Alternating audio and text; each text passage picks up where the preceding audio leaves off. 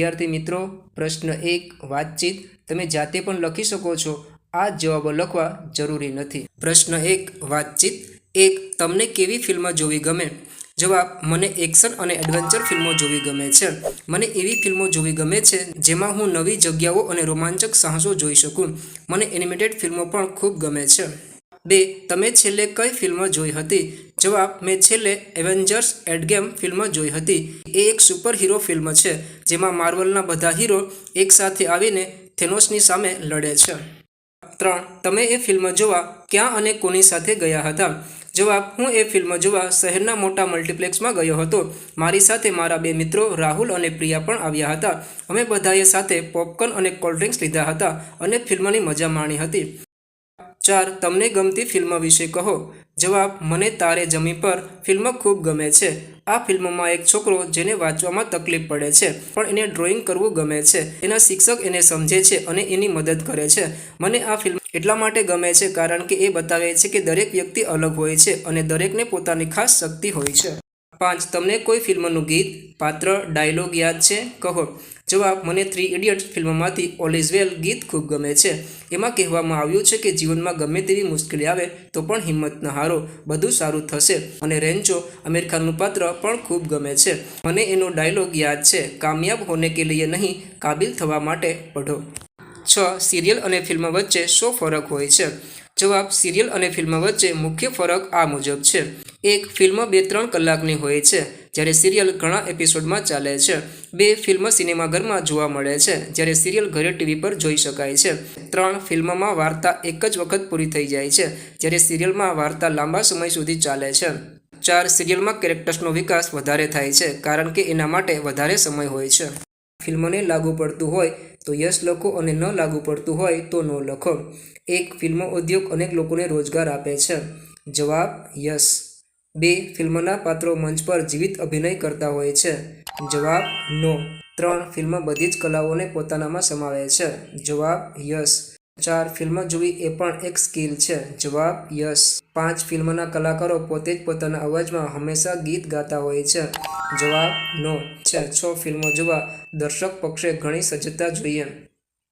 જવાબ: યસ. 7 ફિલ્મોમાં પણ જીવનનું નિરૂપણ હોય છે. જવાબ: યસ. 8 દરેક ફિલ્મ 3 કલાક જેટલી લાંબી હોય છે. જવાબ: નો. આપેલા ફકરામાંથી સમાન અર્થ ધરાવતા વાક્યોની જોડી બનાવો. જવાબ: આપેલા ફકરામાંથી સમાન અર્થ ધરાવતા વાક્યોની જોડી નીચે મુજબ છે. 1 ઉચ્ચ શિક્ષણ મેળવ્યા પછી હું ફિલ્મ ક્ષેત્રમાં સક્રિય થયો. પીએચડી પછી હું ફિલ્મ નિર્માણમાં વ્યસ્ત થયો. 2 અધ્યાપક બન્યા પછી તરત મેં ફિલ્મ ક્ષેત્રમાં ઝંપલાવ્યું. અધ્યાપન કાર્ય શરૂ કર્યા પછી ત્વરિત મેં ફિલ્મ ક્ષેત્રમાં જોડાયો. 3 લે તને તો મજબૂત ટેકેદાર મળી ગયો. તારી વાત સાથે સહમત હોય એવું કોઈ છે ખરું? ઉદાહરણ મુજબ કોઠામાં વિગતો પૂર્ણ કરો. શબ્દ એક્સાઇટ, અંગ્રેજી શબ્દ એક્સાઇટ, માતૃભાષામાં અર્થ ઉત્તેજિત. થેન્ક્સ ફોર ધેટ, તે માટે આભાર. સ્પેશિયલ, વિશેષ, ખાસ. સ્ટ્રોંગ, મજબૂત, શક્તિશાળી. પ્રિપરેશન, તૈયારી. ઓડિટોરિયમ, સભાગૃહ. ડાયલોગ, સંવાદ. સ્ક્રિપ્ટ, લખાણ, પટકથા. એક્સક્યુઝ મી સર, માફ કરશો સાહેબ. સ્કિલ, કૌશલ્ય, હુનર. આપેલા કસબીઓની ફિલ્મ નિર્માણમાં શી ભૂમિકા હોય છે તે તમારા શિક્ષક કે માતા પિતા પાસેથી જાણીને લખો. 1 સ્ક્રિપ્ટ લેખક ફિલ્મની પટકથા લખે છે. 2 સંવાદ લેખક ફિલ્મના પાત્રો વચ્ચેના સંવાદો લખે છે. સંવાદો દ્વારા પાત્રોના વ્યક્તિત્વ, કથાનકની પ્રગતિ અને ભાવનાત્મક સ્તર પ્રદર્શિત થાય છે. 3 દિગ્દર્શક ફિલ્મનો કર્ણધાર જે સમગ્ર પ્રક્રિયાનું નેતૃત્વ કરે છે. તેઓ પટકથાનું દ્રશ્યમાં રૂપાંતર કરે છે, અભિનેતાઓને માર્ગદર્શન આપે છે અને ફિલ્મની કલાત્મક દ્રષ્ટિ નિર્ધારિત કરે છે.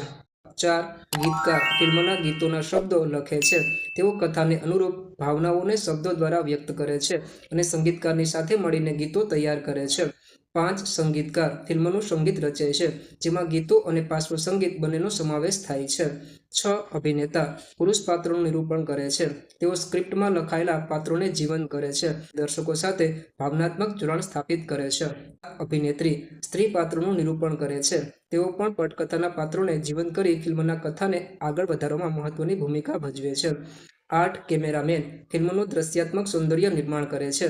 તેઓ કેમેરા એંગલ, લાઇટિંગ અને કમ્પોઝિશન નિર્ધારિત કરી દરેક દ્રશ્યને કલાત્મક રીતે કેદ કરે છે. 9 મેકઅપ મેન અભિનેતાઓના દેખાવ અને પાત્રો અનુસાર સ્વરૂપ તૈયાર કરે છે. તેઓ પાત્રોની ઉંમર, વ્યક્તિત્વ અને પરિસ્થિતિ અનુસાર મેકઅપ દ્વારા તેમનો દેખાવ બદલે છે. 10. ડાન્સ ડાયરેક્ટર ફિલ્મના ગીતોમાં નૃત્યની રચના કરે છે. તેઓ સંગીતના તાલ અને ભાવ અનુસાર નૃત્યના પગલાં અને પરફોર્મન્સ તૈયાર કરે છે. 11. એડિટર શૂટ કરેલા દ્રશ્યનું સંકલન કરી ફિલ્મને અંતિમ સ્વરૂપ આપે છે. યોગ્ય ક્રમમાં ગોઠવવા, કાટછાંટ કરવા અને કથાના પ્રવાહને જાળવવાનું કામ કરે છે. પ્રશ્ન 6. આપેલા વાક્ય માટે ઉદાહરણ મુજબ વાક્ય બનાવીને લખો. ઉદાહરણ: મારી આવવાની ઈચ્છા તો નહોતી, પણ આ તો તે બહુ આગ્રહ કર્યો એટલે તારી સાથે આવ્યો. 1. મારી ચિત્ર દોરવાની ઈચ્છા નહોતી, પણ તે કહ્યું એટલા માટે દોર્યું.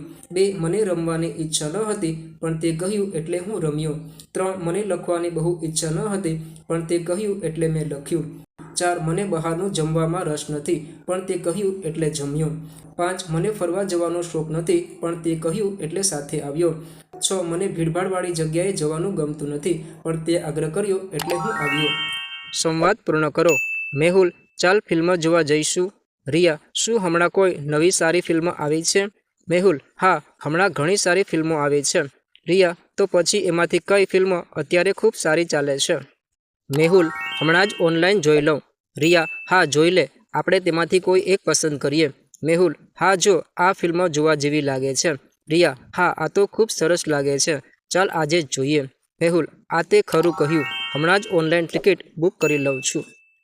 લે તને તો મજબૂત ટેકેદાર મળી ગયો એવું વિકાસ કોને કહે છે? શા માટે? જવાબ: લે તને તો મજબૂત ટેકેદાર મળી ગયો એવું વિકાસ સુહાસને કહે છે. સુહાસ વિકાસને ઝડપથી ડૉક્ટર બાસુને સાંભળવા સેમિનાર હોલમાં પહોંચવાનું કહે છે, પરંતુ વિકાસને ફિલ્મોમાં રસ ન હોવાથી સુહાસ તારા આગ્રહના કારણે આવ્યો છું તેવું કહેતો હોય છે. ત્યારે ઈશ્વર સામેથી આવીને ડૉક્ટર બાસુ આપણા જેવા વિદ્યાર્થીઓ માટે ખાસ પ્રોગ્રામ કરી રહ્યા હોય તો આપણે મળવાની તક જતી કરાતી હશે એવું કહે છે. આથી વિકાસ ઉપયુક્ત વાક્ય સુહાસને કહે છે. તમે સ્વાગત વિધિ ક્યાં ક્યાં થતી જોઈ છે? એમાં શું શું કરવામાં આવે છે? જવાબ: મેં શાળાના વાર્ષિક ઉત્સવમાં સ્વાગત વિધિ થતી જોઈ છે. આ ઉપરાંત સ્વાગત વિધિ મુખ્યત્વે ફિલ્મ ઉદ્યોગના વિવિધ કાર્યક્રમોમાં, ઉત્સવોમાં, ફિલ્મ ફેસ્ટિવલ અને ઇન્ડસ્ટ્રી સમારંભોમાં થાય છે. સ્વાગત વિધિમાં મહેમાનોનું સન્માન કરવામાં આવે છે. તેઓને પુષ્પમાળા પહેરાવવામાં આવે, શાલ કે ખેસ પહેરાવવામાં આવે, સ્વાગત ગીત ગવાય, તેમના આવકાર વિશે કહેવામાં આવે. ડૉક્ટર બાસુ પોતાને વિશાળ ફલક પર અધ્યાપક કેમ માને છે? જવાબ: ડૉક્ટર બાસુ એક વાત સ્પષ્ટ રીતે કહે છે કે ફિલ્મ પણ શિક્ષણનું જ માધ્યમ છે. શાળા કોલેજમાં એક ક્લાસરૂમમાં વ્યાખ્યાનો દ્વારા શિક્ષણ અપાય છે, જ્યારે ફિલ્મ દ્વારા આખા સમાજને, રાષ્ટ્રને શિક્ષિત કરી શકાય છે. ડૉક્ટર બાસુ ફિલ્મકાર, દિગ્દર્શક અને ફિલ્મ વિવેચક હોવાને કારણે વિશાળ ફલક પર પોતાને અધ્યાપક માને છે. 3. ડૉક્ટર બાસુ અધ્યાપન કાર્ય છોડીને ફિલ્મના ક્ષેત્રમાં શા માટે ઝંપલાવ્યું? જવાબ: ડૉક્ટર બાસુને બાળપણથી ફિલ્મો જોવાનો શોખ હતો. તેઓ શાળા અને કોલેજના સમયમાં નાટકોમાં પણ ભાગ લેતા હતા. એકપાત્રીય અભિનય અને એકાંકીઓ લખીને ભજવતા હતા.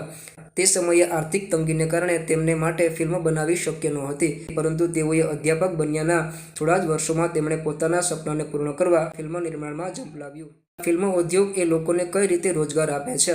જવાબ: ફિલ્મ ઉદ્યોગ અત્યંત વિશાળ ક્ષેત્ર છે. તે સ્ક્રિપ્ટ લેખક, સંવાદ લેખક, દિગ્દર્શક, ગીતકાર, સંગીતકાર, અભિનેતા, અભિનેત્રી, કેમેરામેન, મેકઅપમેન, નૃત્ય નિર્દેશક, એડિટર જેવા અનેક વ્યાવસાયિકોને રોજગાર આપે છે.